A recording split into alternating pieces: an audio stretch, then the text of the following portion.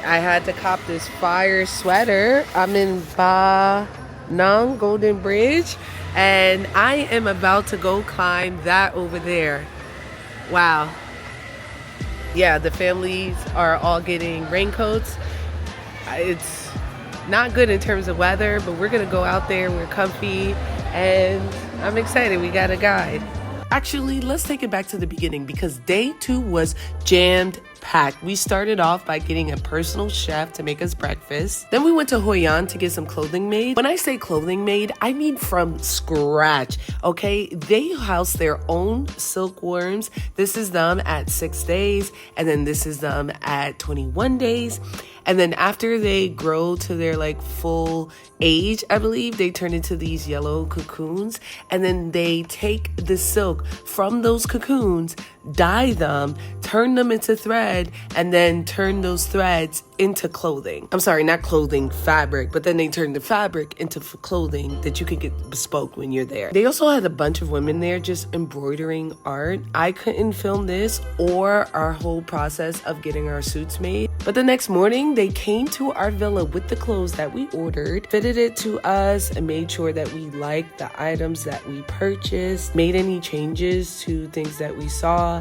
For me, I got 2 shirts, this white one here that is full silk. It's beautiful. It fits exactly how I wanted it to fit. And then I also got this skirt, which I liked. It obviously fit perfect, just like the first one. It's fully bespoke, but it was a little bit long for me, which I didn't like. And then I also got this pink and green top, which is very similar to the first one. It's just a little bit different on the top, but also fits very, very well. And once again, I just couldn't get over the length of that skirt, so I got her to hem it, and she said she'd deliver it the next day.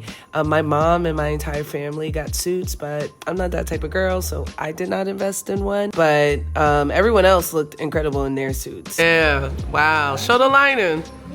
Wow, that boy fresh. Then we got some Ba Ming sandwiches for lunch. Let me tell you, this was the best sandwich of my life. The bread, look at this. Incredible. Then we took an hour ride to Ba Na Hills. That's where the intro was from. By this time it got a little cold and rainy, so I went and I bought a rain jacket for like $10. That was that fly coat you saw me in that intro.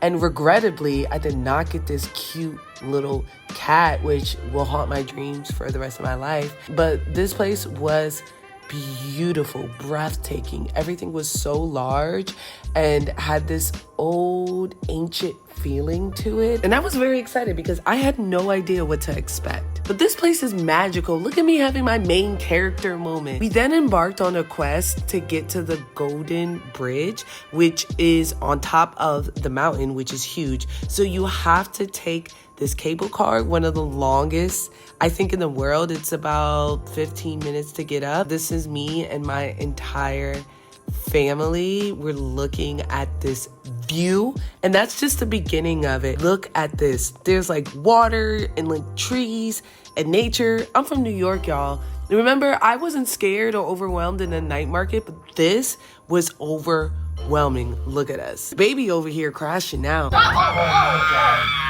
Like I mentioned before, this is a long ride and you're very aware how high up you are. So if that's something that may deter you, you should consider it. Apparently it's raining season here, so as we got closer to the bridge, it got really foggy. But the show must go on. After the longest and scariest cable ride I've ever been on, we finally got off at the top. We survived.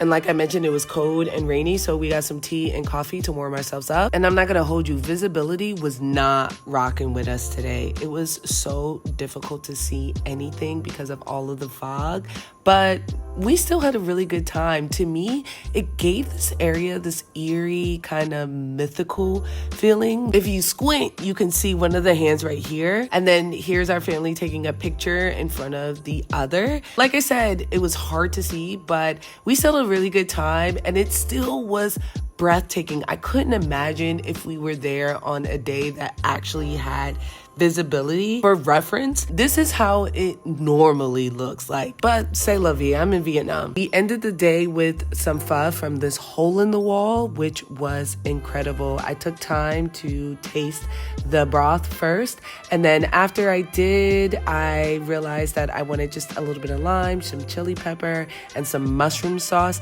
and then it was absolutely perfect. I couldn't get enough. They also have this fried bread that tasted like funnel cake to dip in, and I loved it. I loved every moment of it. Another incredible day with the family. Catch you guys tomorrow.